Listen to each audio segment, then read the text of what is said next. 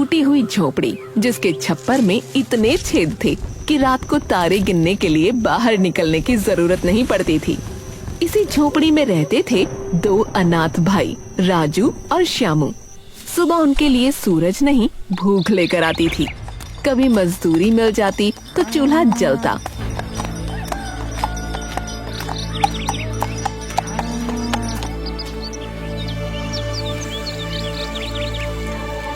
कभी काम नहीं मिलता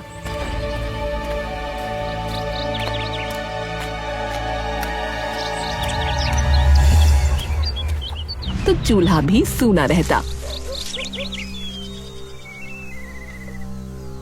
अरे राजू, क्या हुआ? इतने गुस्से में क्यों है? भैया, आज भी कोई काम नहीं मिला। लगता है भगवान चाहते हैं कि हम उन्हीं के पास आ जाएं। अरे अरे भगवान को मत कोस रे, सब ठीक हो जाएगा। हाँ भैया, सब ठीक हो जाएगा, पर हमारे मरने के बाद। अरे अरे देख, मुझे बोझा उठाने से 50 रुपए मिले हैं। आज का काम हो गया। अरे भैया, वाह, बहुत बड़ा तीर मार लिया आपने। राजू तेज दिमाग वाला था और उसी का उसे घमंड भी था, लेकिन ये दिमाग उसे कोई मदद नहीं कर पा रहा था। श्यामू इसके उलट था, ज्यादा बोलता नहीं था, पर जो देखता जो सुनता वो उसके मन में जम जाता था, जैसे पत्थर पर लकीर। देख लेना श्यामू भैया, एक दिन मैं बड़ा व्यक्ति बनूंगा। ये झोपड़ी, ये भूख, सब पीछे छूट जाएगा। मुझे बस एक मौका चाहिए अपना मस्तिष्क चलाने का। बड़ा व्यक्ति बनने से ज्यादा महत्वपूर्ण है अच्छे आदमी बने रहना। अरे भैया, आप भी अजीब हो, बस साधु संतों वाली बातें करते रहते हो।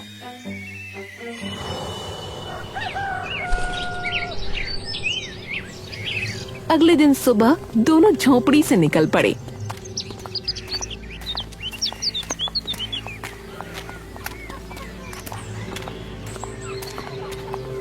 इस बार दिशा बदल दी थी, दूसरे राज्य की ओर। काम की तलाश में दोनों यूं ही भटका करते थे।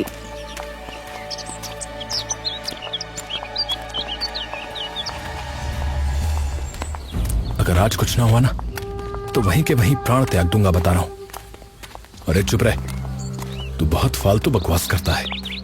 शुभ शुभ नहीं बोला जाता तुझसे। अरे भैया, शुभ शुभ हो भी तो तभी तो शुभ शुभ बोलूं। शुभ शुभ बोलेगा तो शुभ शुभ होगा, समझा? वाह भैया वाह।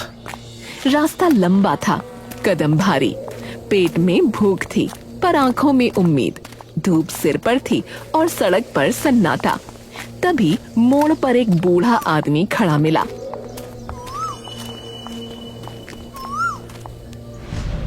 लाठी थामे, आंखें अध खुली, पर चेहरा जैसे सब देख रहा हो। अरे हटिए बाबा, देर हो रही है। देर नहीं हो रही बेटा, रास्ता बदल रहा है। अरे आप रास्ता बदलो, लेकिन हमारा रास्ता तो छोड़ो। बूढ़े ने राजू की बात नजरअंदाज करके बोलना शुरू किया। आवाज में न डर था न लालच, बस एक ठहराव था। तुम दोनों का रास्ता एक ही जगह से मुड़ेगा।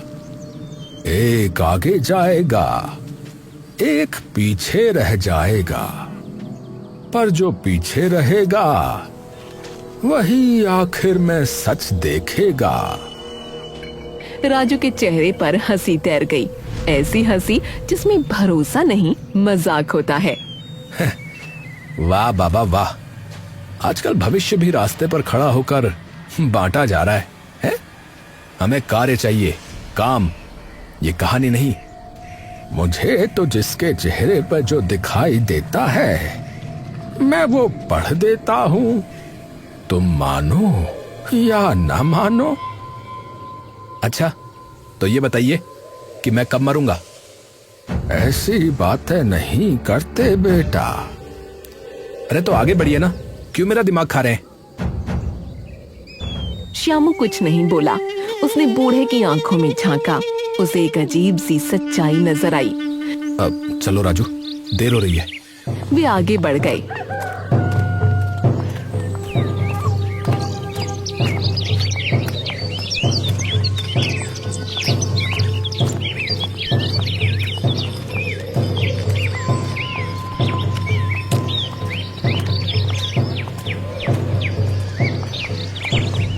पीछे बूढ़ा रह गया, पर उसकी बात दोनों के दिमाग में चलती रही। एक आगे जाएगा, एक पीछे रह जाएगा।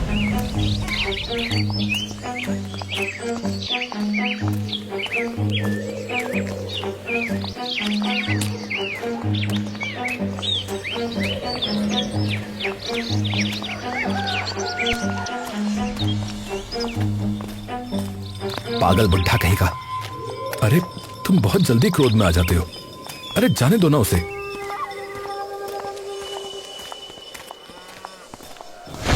उसी दिन राज्य में हलचल मच गई। गली गली एक ही बात फैलने लगी, राजा कुछ बड़ा ऐलान करने वाला है। लोग काम छोड़कर दुकानें बंद कर दरबार की ओर चल पड़े।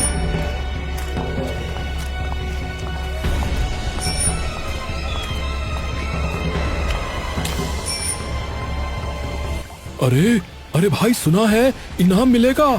हैं? क्या कहा, इनाम? अरे हाँ भैया, इनाम। मैंने तो सुना है राजा खुद परेशान है। अरे भाई सुना है, जो समझदार निकलेगा उसकी किस्मत ही बदल जाएगी भैया। हाँ। दरवाजे के बाहर भीड़ जमा थी। भीतर राजा धनंजय सिंहासन पर बैठे थे, चेहरे पर चिंता, आंखों में गुस्सा। मंत्री और सेनापति दोनों किनारे खड़े थे। मेरे राज्य में कुछ ऐसी घटनाएं घटित हुई हैं जिनका सत्य सामने आना अति आवश्यक है। जो व्यक्ति भी ये मानता है कि उसके पास बुद्धि है, वो आगे आए। जो सत्य तक पहुंचेगा उसे धन मिलेगा, इतना धन कि उसकी 7 पुश्तें बैठकर खाएंगी। परंतु जिसने मेरा समय अनावश्यक रूप से बर्बाद किया, वो मारा जाएगा। इसलिए सोच समझ कर आना।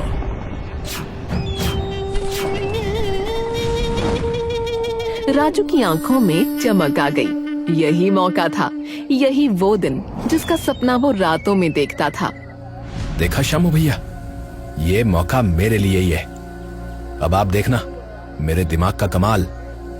अरे पर सोच के तो देखो, राजा स्वयं क्यों नहीं ढूंढ रहे ये सच? उनके पास क्या कमी है जो वो जनता से सहायता ले रहे हैं? अरे भैया, आपको क्या है? मुंह बंद रखिए आप। छोटे, सोच ले, कुछ गड़बड़ हुई तो मारे जाएंगे। अरे नहीं होगी, चलो भी। फिर दोनों महल के भीतर पहुंच गए।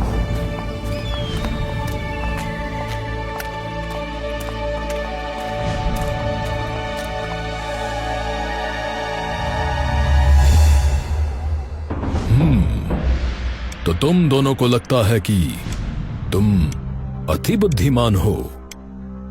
लगता नहीं, हम हैं। आप प्रश्न करिए। चलो ठीक है, तो सुनो।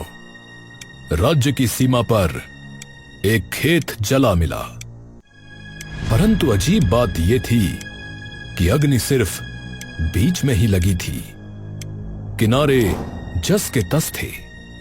दरबार में सन्नाटा फैल गया। फिर मंत्री बोला, और वहां ये पहेली मिली है, जहां से सूरज नहीं उगता वहीं से सत्य का रास्ता प्रारंभ होता है, और मैं भी वहीं कहीं हूं। दोनों पहेली सुनकर सोच में पड़ गए।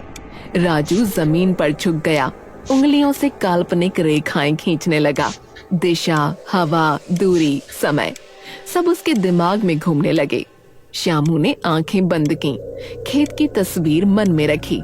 फिर बोला, हो सकता है किसी ने जानबूझकर मात्र बीच में जलाया हो, ताकि दिखाया जा सके कि ये कोई दुर्घटना नहीं।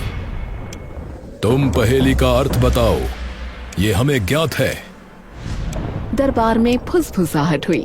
राजा ने राजू की ओर देखा। जहां से सूरज नहीं उगता, यानी पश्चिम दिशा। आप खेत के पश्चिम में जांच कराइए। ठीक है। सब उस खेत के पास पहुंचे।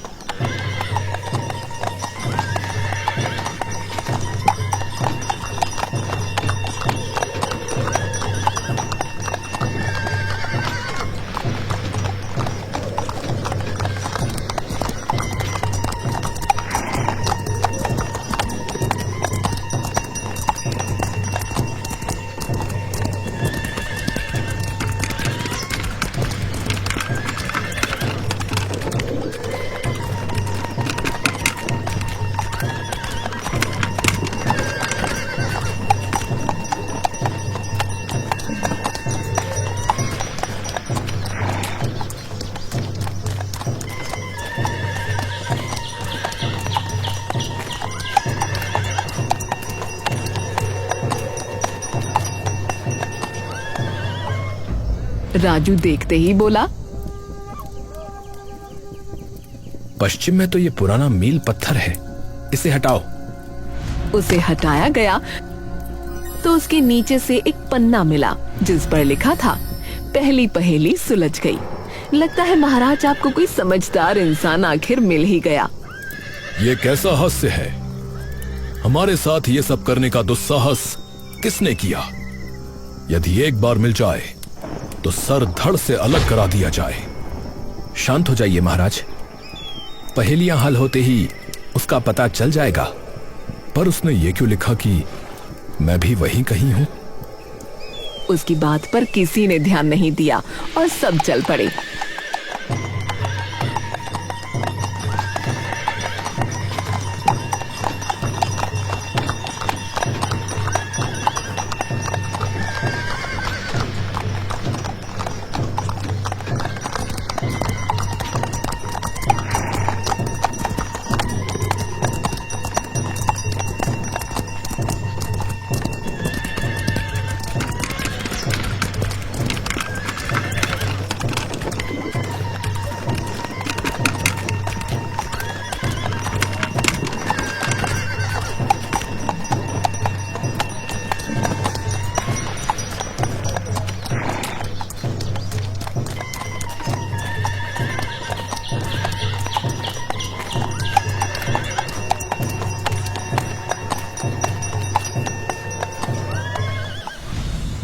महल पहुंचकर अब दूसरी घटना राजा ने सुना।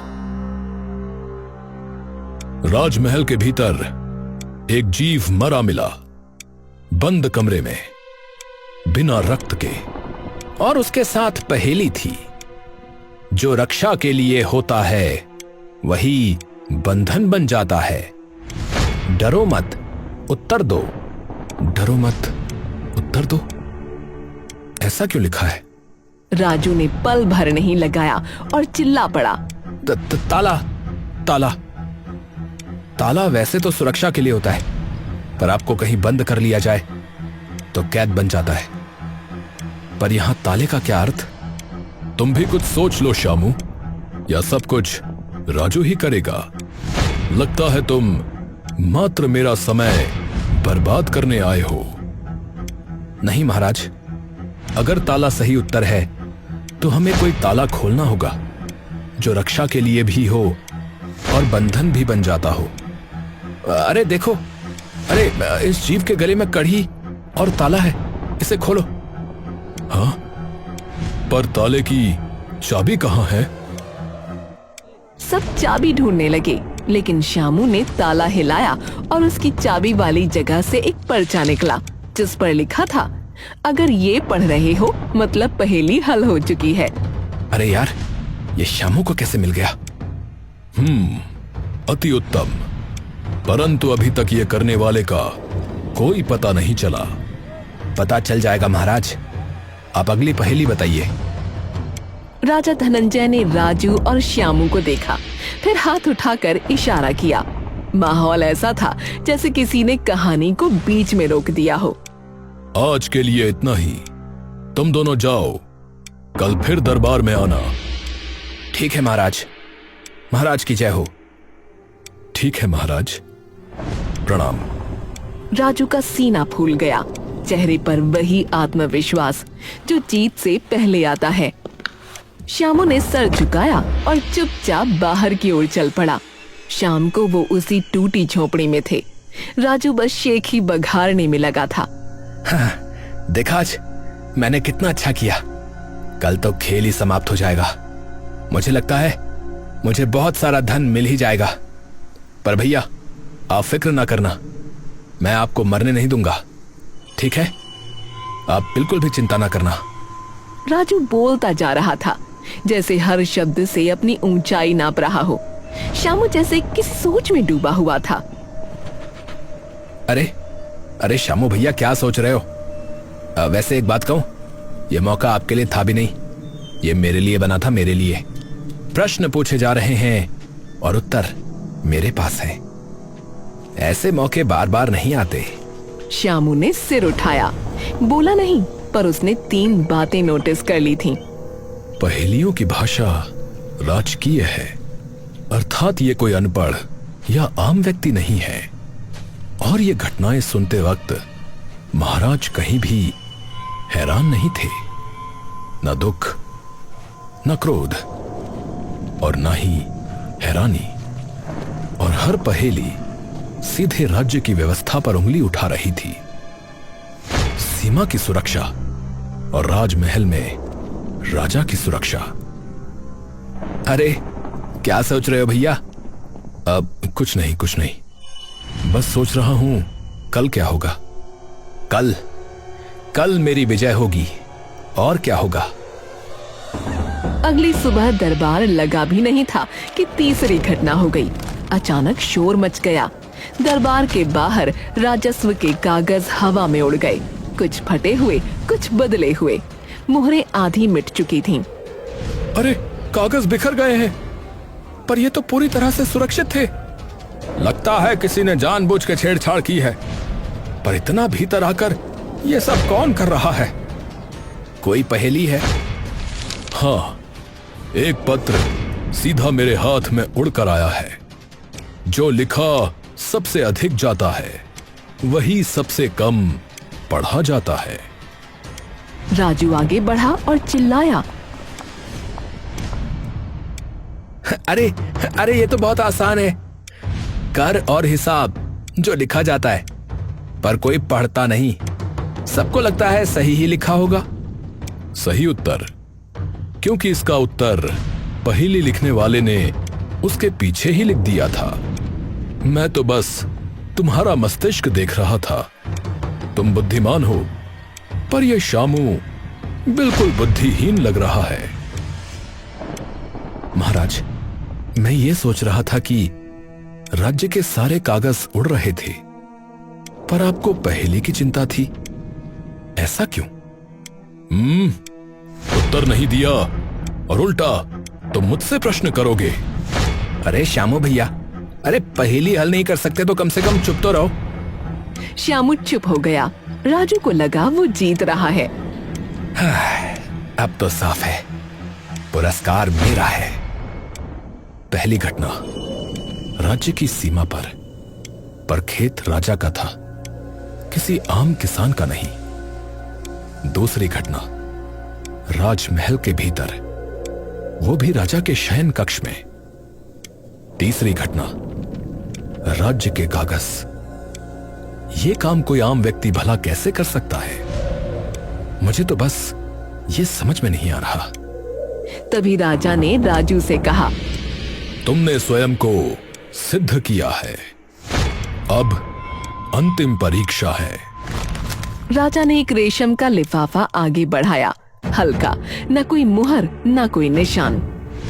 यह अंतिम पहेली विशेषकर तुम्हारे लिए, श्यामू को न बताना। बहुत बहुत धन्यवाद महाराज, मैं इसको भी हल कर दूंगा महाराज। हमें ज्ञात है राजू, तुम अत्यधिक बुद्धिमान हो। दूर श्यामू खड़ा था, उसने बस लिफाफा देखा, पहेली न सुन सका। महाराज, ये अन्याय है। तुम चुप रहो, तुम्हारे बस का कुछ नहीं। तुम्हें कुछ बताकर भी क्या लाभ। और फिर दोनों वापस आ गए।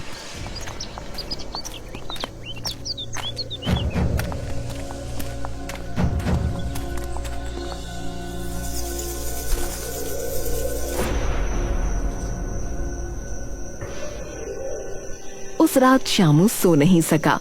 झोपड़ी में अंधेरा था, पर उसकी आंखों में एक ही चीज चमक रही थी, रेशम का वो लिफाफा, वो रंग, वो मुलायम चमक, वो बुनी हुई सतह। उसने शब्द नहीं देखे थे, पर लिफाफे को देखा था, और वही देखना काफी था। रेशम हर किसी के बस का नहीं होता, मैं ये जानता हूं। बाजार का रेशम अलग होता है, थोड़ा कड़ा, थोड़ा चमकीला। पर वो लिफाफा वैसा नहीं था। वो ठीक वैसा था जैसा राजमहल के भीतर पहना जाता है, जैसे शाही कपड़ों से काटा गया हो। अरे क्या सोच रहे हो श्यामू भैया? अगर पहेली पूछना चाहते हो तो भूल जाओ, मैं कुछ नहीं बताऊंगा। नहीं नहीं, मैं नहीं जानना चाहता।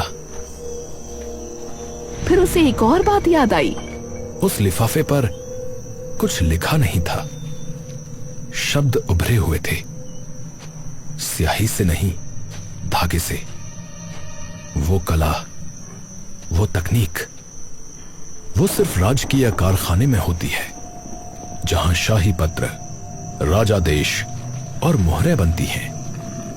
आम व्यक्ति के पास न वो हुनर होता है और न ही वो अनुमति। श्यामू करवट बदलता रहा। पहली घटना याद आई, सीमा पर जला खेत, पर वो खेत राजा का था। दूसरी घटना, महल के भीतर शयन कक्ष में। तीसरी, राजस्व के कागज। हर बार नुकसान हुआ, परंतु महाराज हम जैसे व्यक्तियों से पहेलियां सुलझवा रहे हैं। मुझे लेश मात्र भी यकीन नहीं हो रहा। कल मैं धनी होने वाला हूं, ये सोच सोचकर मुझे नींद ही नहीं आ रही। अरे श्यामू भैया, मैं कहीं पागल ना हो जाऊं प्रसन्नता से। नहीं होगा, अत्यधिक मत सोचो, चलो सो जाओ।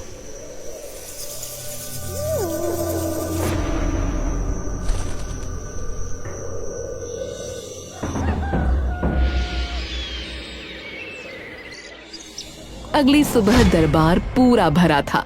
मंत्री, सेनापति, चुने हुए लोग।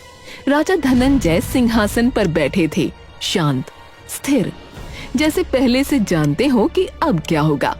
सामने राजू और श्यामू खड़े थे। राजू आखिरी पहेली का जवाब दे चुका था। अब जब सारी पहेलियां सुलझा ली गई हैं, तो ये बताओ, ये सब किसने किया? अपराधी को मेरे सामने प्रस्तुत करो राजू। राजू का दिल तेज धड़कने लगा। जवाब उसके पास थे, संकेत भी, पर नाम पर उसका दिमाग रुक गया। उसने इधर उधर देखा, फिर नीचे।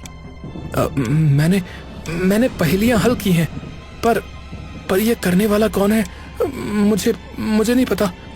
ऐसा तो कोई साक्षी नहीं मिला। राजू चुप हो गया और दरबार में सन्नाटा छा गया। क्या कहा? तो मैं तुम दोनों को मृत्यु के घाट उतार दूंगा। सबसे महत्वपूर्ण बात थी अपराधी का पता लगाना। उसका तो तुमने कुछ नहीं किया, मात्र पहेलियां ही बूझते रहे। अरे पर महाराज। चुप रहो। तभी श्यामू आगे बढ़ा। राजू ने उसे रोकना चाहा, पर वो रुका नहीं। ये सब स्वयं महाराज ने ही किया है। दरबार जैसे हिल गया। अरे ये क्या दुस्साहस है? अरे राजा पर इल्जाम। अरे ये क्या हो गया? अरे भाई, ये क्या कह दिया? ओह, जब कुछ समझ में ना आए तो महाराज पर उंगली उठा दी। सेनापति का हाथ तलवार के हत्थे पर चला गया। संभल कर बोलो। राजा ने हाथ उठाया। एक इशारा, शोर थम गया। उनकी आंखें श्यामू पर टिक गईं। तुम्हें मुझ पर शक क्यों है? क्योंकि जो मैंने देखा वो किसी और के बस का नहीं था। आपके अपने स्वयं के खेत में आग, आपके शयन कक्ष में मरा हुआ जीव, राज्य के पत्रों का निकलकर उड़ने लगना, और फिर अंत में ये रेशम का लिफाफा, गुदे हुए शब्द। ये कला मात्र राजकीय कारखाने में होती है। आम व्यक्ति के पास न साधन है, न अधिकार। तो तुम कहना क्या चाह रहे हो? क्या पता किसी ने चोरी की हो? नहीं, जैसे आपने इस बात की परवाह ही नहीं की कि वो लिफाफा रेशम का है, उसी से समझ में आ गया कि वो आपने स्वयं बनवाया है महाराज।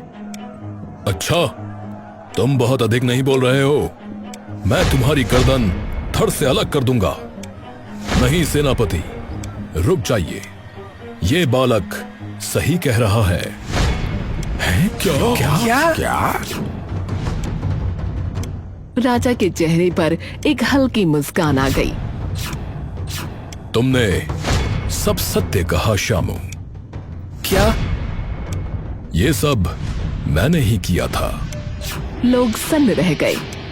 मेरा कोई पुत्र नहीं है, पर मुझे ऐसा उत्तराधिकारी चाहिए था जो इतना बुद्धिमान हो, जो मेरी तरह बारीकियों को पकड़ सके। उन्होंने राजू की ओर देखा। राजू, तुमने हर पहेली हल की, तुम्हारी बुद्धि तीव्र है। मैंने जो वचन दिया था वो निभाया जाए, पर श्यामू ने उन पहेलियों को देने वाले को समझा। राज्य को ऐसे ही राजा की आवश्यकता होती है। हे भगवान, हे भगवान, ये क्या हो गया? अर्थात मैं राजा बनूंगा। बनोगे नहीं पुत्र, बन गए। मेरे साथ साथ अब से तुम भी राजपाट संभालोगे, और मेरे जाने के बाद मात्र तुम। राजू को धन मिला और श्यामू को राज्य के राजा का पद। जहाँ कभी एक बूढ़ा ज्योतिष खड़ा था, उसकी बात पूरी तरह सच हो गई।